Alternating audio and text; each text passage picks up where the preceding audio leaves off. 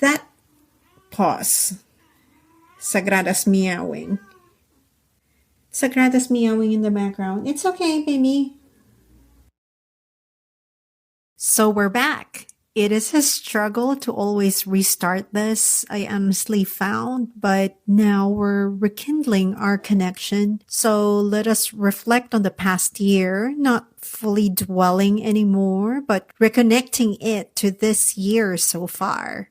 These marks in life generate a common pattern of constant progress, for better or worse, whether through our environment or how we nurture ourselves inwardly. Plus, some updates and rants, perhaps. Let's catch up to spark this new season.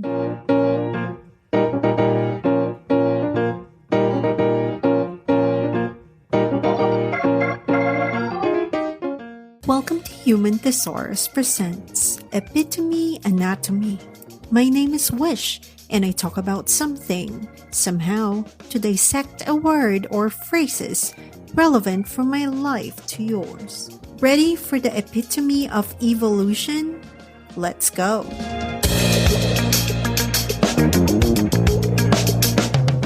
Our keyword is evolution.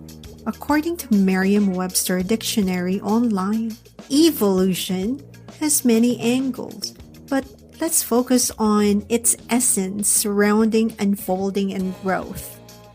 Evolution is a process of change in a certain direction. Moreover, it is a process of continuous change from a lower, simpler, or worse to a higher, more complex, or better state. The earliest known use of the noun evolution was in 1616. Wow. The word evolution was borrowed from the New Latin evolutio, which means unfolding of a curve in geometry or emergence from an enclosing structure or historical development. This word evolved from New Latin, which was a derivative from a medieval Latin meaning unfolding of a tale, lapse of time, which references another Latin evolu, a variant stem of evolvere, which means to roll out or away, unwind, or unroll. That in itself is such an evolution, isn't it? First of all, I hope that you're doing great. I wonder how is your 2026 so far? It's good for me to unbundle a little bit of 2025 since I didn't do any New Year's special, but I'm going to keep it short and simple. I think 2025 for me is a transitional stage of my next chapter in life.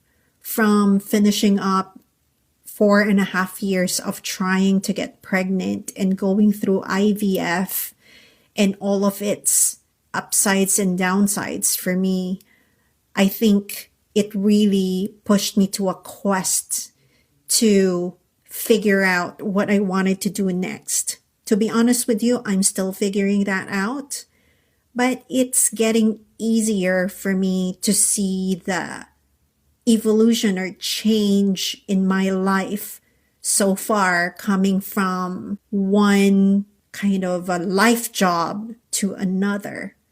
This new frontier from 2025 is, I think, the biggest theme for me coming from last year's chaos and the new kind of world order, if you may, and everything that's been happening around us and inwardly, outwardly, society, politics, religion, everything. Everything last year was a little bit unhinged. Not the word unhinged like how everybody's using it. Again, we're using this as a human etymology, as a human thesaurus kind of a thing. The context of unhinged for me last year is that a lot of the things that we knew, a lot of the things that are stable, a lot of the things that we're banking on to be the best state of things around us were all unbundled, unclenched, undone. In so many different ways. Again, this is not just political. It's more societal. It's more psychological or mental for all of us. I think there's really an upheaval happening, and that comes for this year. Of course, when December comes, there's always hope for the new year. It's like new year, new me, which I really, really dislike so much. It's just, I feel like, yes, it's a good bookmark for us to reflect and get motivated for the times ahead. But that does not mean that things will just change or evolve that fast. It doesn't happen that way. Sometimes it does, yes, with life, but not just for the New Year's itself. But 2026, transitioning the 2025, my theme was being grateful. Being grateful regardless of all the pauses and the stops and the goes in my life. I am grateful that I am able to move forward, that I am able to decide that I have choices. And I will never ever take that for granted. Oh my gosh, I'm kind of teary eyed saying this. I am truthfully grateful because as the world crumbles, my heart is building, my soul, my psyche has been building up year by year, day by day, second by second. My embodiment of my own self has been building up regardless.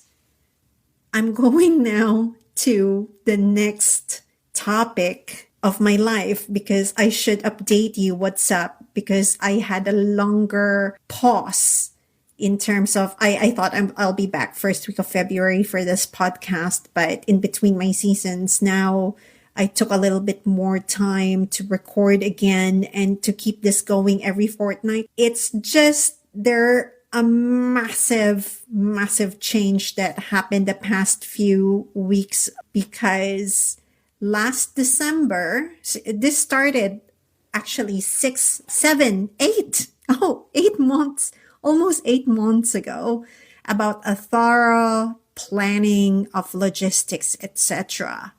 And now, may I tell you that I've moved to London.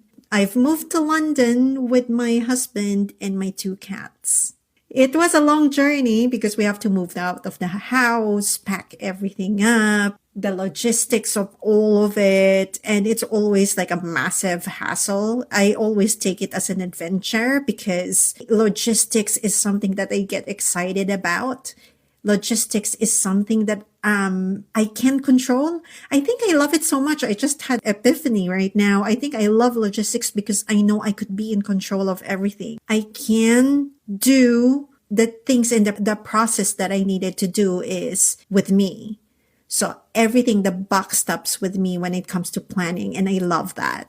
And I love the nitty gritty of the details, etc. Planning for that. I love it. Even with the stress of it, I love that because I thrive in that portion of life. Yes, so it's such a great move. When my husband asked me what if I'm open to be moving to, before he finished that sentence, I already said yes, definitely. Me and the cats are packed for you. Let's go. It's really something that I never expected for us to move to Europe. But I know it was in the cards, but I never thought that it's really going to happen. It's like at the back of my head, it's like, okay, if it does happen, then it's fantastic. So yes, I'm in London right now. I'm really loving the weather. It's funny because I think I startle locals whenever I don't complain about the super gray, super wet, super cold weather. I really don't mind it because I think I don't mind it. Number one, we're in the city, so there's no snow. There's no harsh winds. So it's still mild in a way comparing if probably we're going to be in the countryside. So probably I will be the same as locals. So it's like, ugh, this never ending darkness and grayness.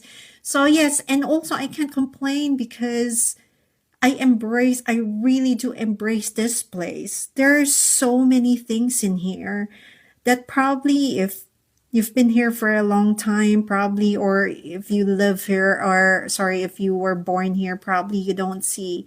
As this is the beautiful part when you're a newbie or when you move to a new place because you see it in a different lens. There may be a honeymoon period or not. It doesn't matter. It's just an exciting moment or an exciting part in terms of moving somewhere. I run hot, so I love being in the cold. I don't like sweating. I love layering because there's more fashion involved effortlessly when it comes to layering. So I'm loving this weather. I'm loving wearing boots again, wearing leather and suedes again. And also, I love the home where we're at and being close to everything historical. Also, the museums that I love. You know, I'm obsessed about V&A, and then they now have V&A's storefront in the east of London, where they opened up like an IKEA looking museum where you can really be close to some of their archive items that they can't put in V&A. And also like the access to theater place on West End. I love West End. I always try to watch something, and now I'm kind of overwhelmed because there are so many things that I wanted to watch. I'm already booked up in the next few months what I'm going to watch. And I'm sure I will add some more there.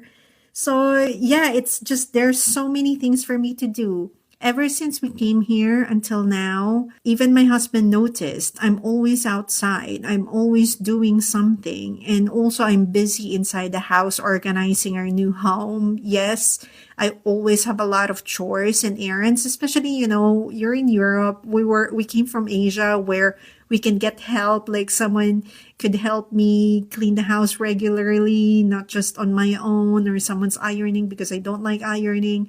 But now I have to do it again. So I have to fill up my time with a lot of chores and errands, and I love all of them. And also avoiding more online shopping versus going out and buying them myself, unless they're really, really heavy.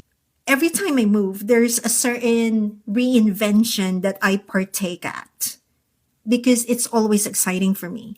I take this opportunity because I know how fortunate I am that I am able to do these things. This goes back to the evolution narrative. I believe that evolution is different versus the word change.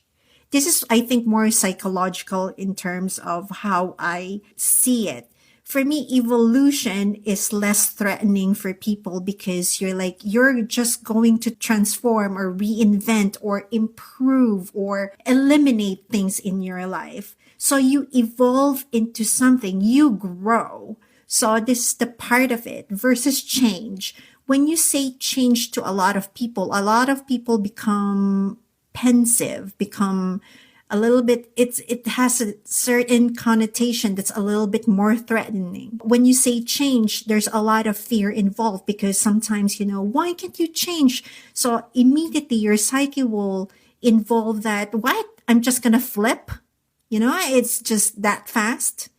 So there's a little bit of a stigma, but so far with all of my life experiences, this is how I see these things, that there's a difference when it comes to the context of the word itself.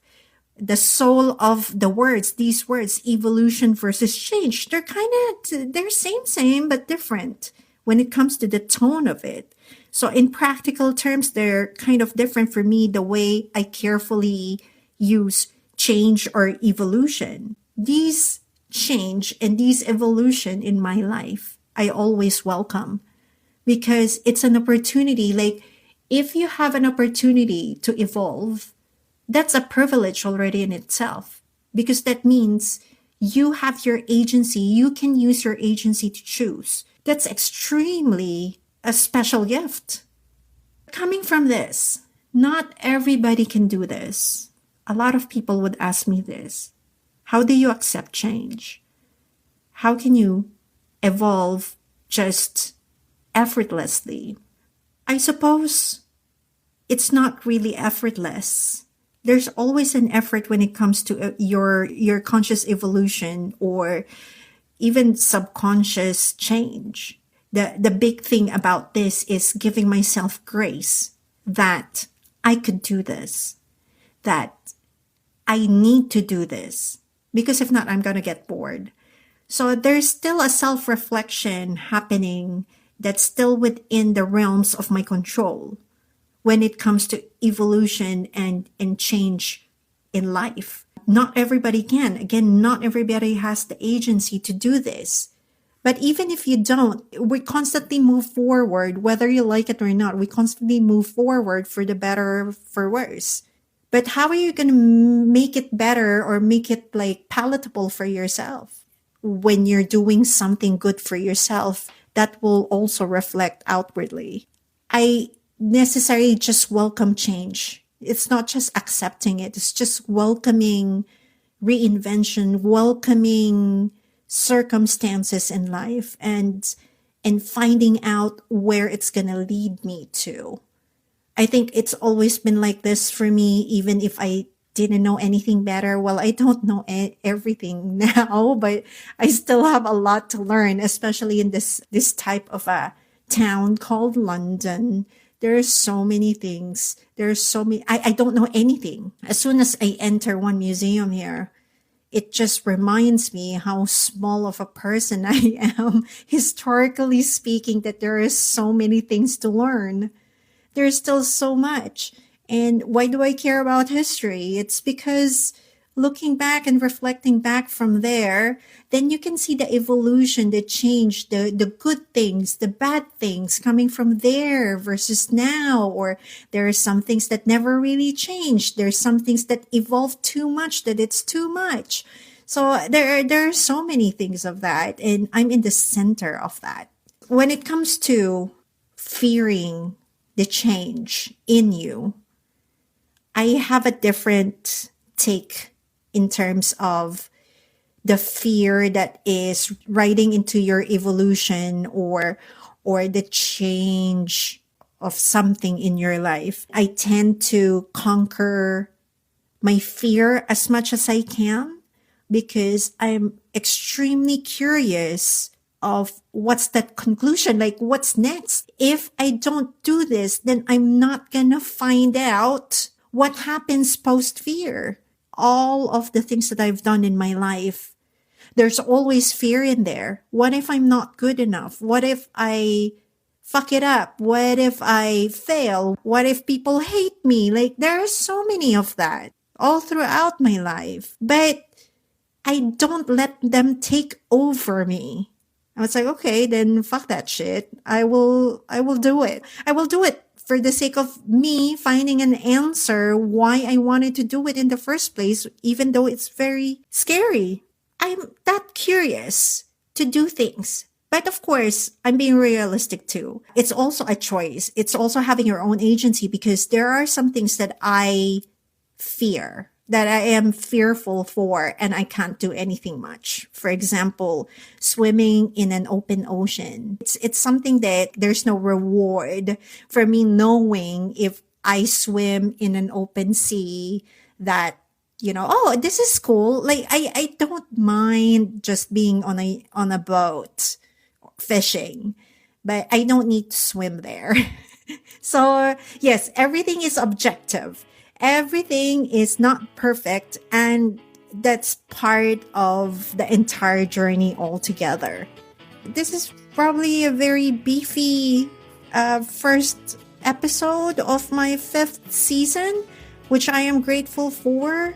And I hope you will still come back and listen and subscribe, or even also I needed to understand as well, like, how do you conquer your own fears? What is your major evolution that you remember, or what's going on with you? Do you have any upheavals at the moment, or are you in the current state of reinventing yourself? Like, How do you view change versus evolution? Is it the same to you? Are they different? Or is my story giving you a different angle altogether? Please share them with me. I would love to hear all of your thoughts. Until next time, ciao. Epitome Anatomy is created and produced by me and Jeremiah Ronquillo. All rights reserved via Wishblaz Media.